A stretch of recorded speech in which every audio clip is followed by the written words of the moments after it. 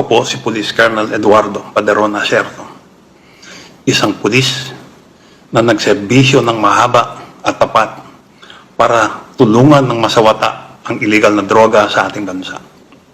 Matagal akong naging drug enforcement operative at natalaga ako bilang Deputy Director ng PNP, Anti-Illegal Drug Group at PNP Drug Enforcement Group. Ako din po ang parehong Police Colonel Acerto na matagal nang ipinapahanap at pinapapatay ni Pangulong Duterte sa militar at sa kapwa ko pulis dahil lamang sa inimbestigahan po ang ilang taong malalapit pala sa kanya at kay Senator Bongo. Ako po at ang kasamahan kong si Police Captain Lito Perote ang nakadiskubre sa mga illegal na aktibidad at gumawa ng report tungkol kay Michael Yang at Alan Lim, mga personalidad sa illegal na droga na laging nakikita nakasama ni Pangulong Duterte at ni Senator Bongo. Dinukot na po nila si Perote at malamang patay na. Inilalabas ko ang video na ito upang linawin ang ilang puntong naririnig ko mula sa pagdinig sa Senado tungkol sa Parmalee, yung mga overpriced na face mask at face shield. Gusto ko ding sagutin ang mga akusasyon na ibinabato sa akin ni Pangulong Duterte at ng mga kampo nito, at upang ipaliwanag sa mga kapwa ko Pilipino kung gaano na tayo niloloko sa mga kasinungalingan ng gobyernong Duterte. Unang-una sa lahat, huwag sana kayong maniniwala sa mga ipinupukol sa aking mga kasinungalingan. Hindi po ako protektor ng sindikato ng droga. Hindi ako kidnapper.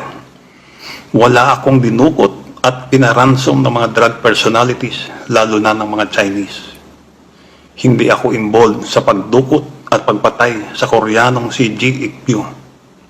Hindi ako ang direct commander or supervisor ni Superintendent Dumlao at SPO3 Santa Isabel. Hindi ko sila tauhan. Hindi ako nag-smuggle ng AK-47 at lalong hindi ako nagbigay ng mga baril sa NPA. Hindi ko inagawang search warrant operation sa Domoy Shabu Laboratory. To my fellow PMAers, especially my immediate upperclassmen, underclassmen, and my classmate, all right ako dito. Mr. Duterte, may drama pa kayo? At bakit defensive kayo? Tropa ko, ang SOU3 EDSOT, ang aplikante at deponent ng search warrant. Gabi ng December 29, 2004, alam mo na, Pangulong Duterte, na may search warrant na kami.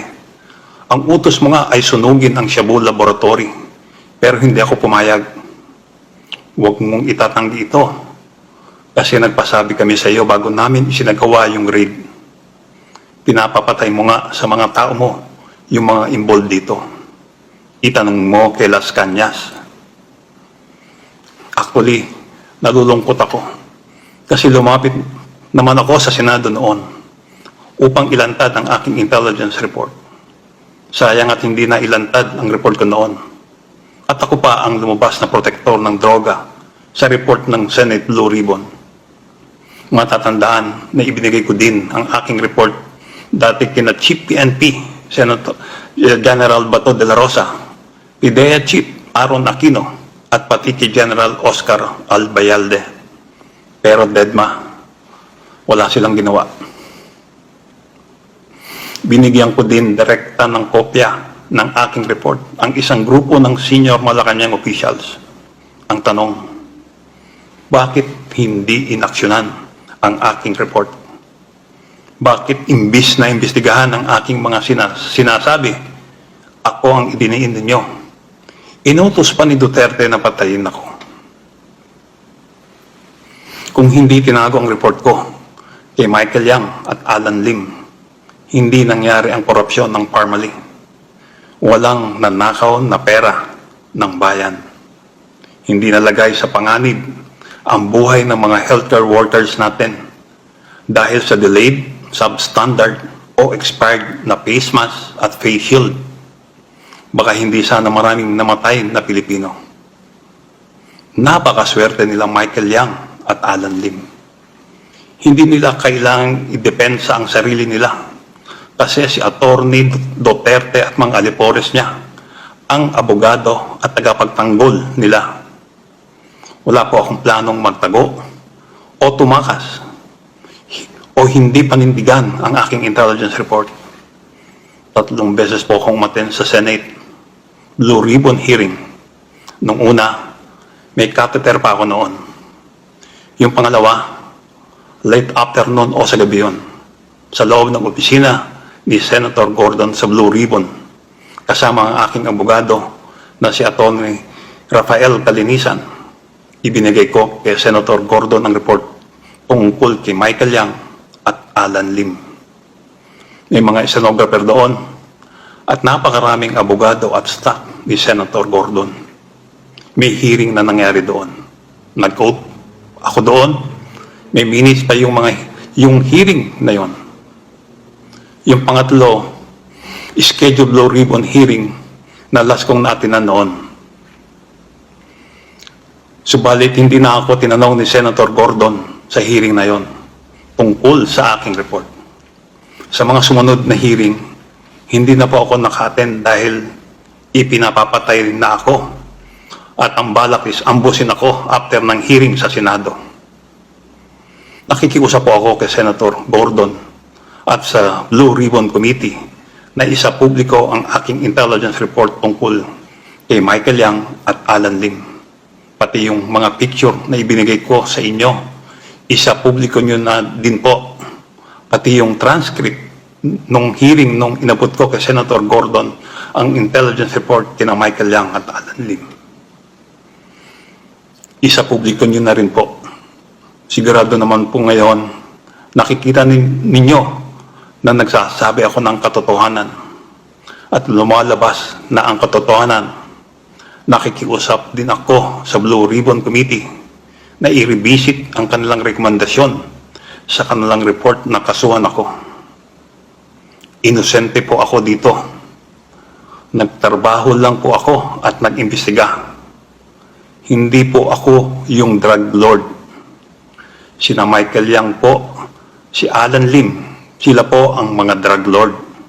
Kasama yung mga protector nito na sina Senator Bongo at Presidente Duterte. Dalawa sa mga kasamahan ko na humarap sa Senate Blue Ribbon hearing, si retired Captain Lito Perote ay persahang dinukot sa Bacolod, hanggang ngayon nawawala pa. At si retired Master Sergeant Jerry Liwanag ay pinagbabaril at napatay sa Bulacan. Pareho walang masusing investigasyon. Nakiusap din po sana ako sa Senado na imbestigahan kung bakit hindi inilabas at inaksyonan ang aking report ni General Bato, Aquino at Albayalde. Bakit hindi inaksyonan ng palasyo ang report ko?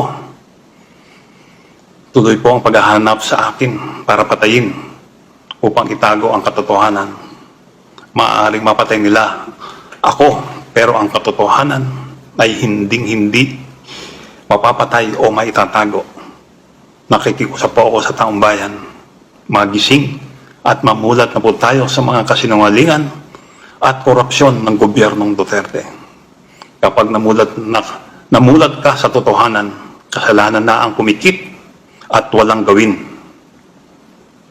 At nabayan nawa ng Panginoon Diyos ang mahal nating bansa. Mabuhay ang Pilipinas.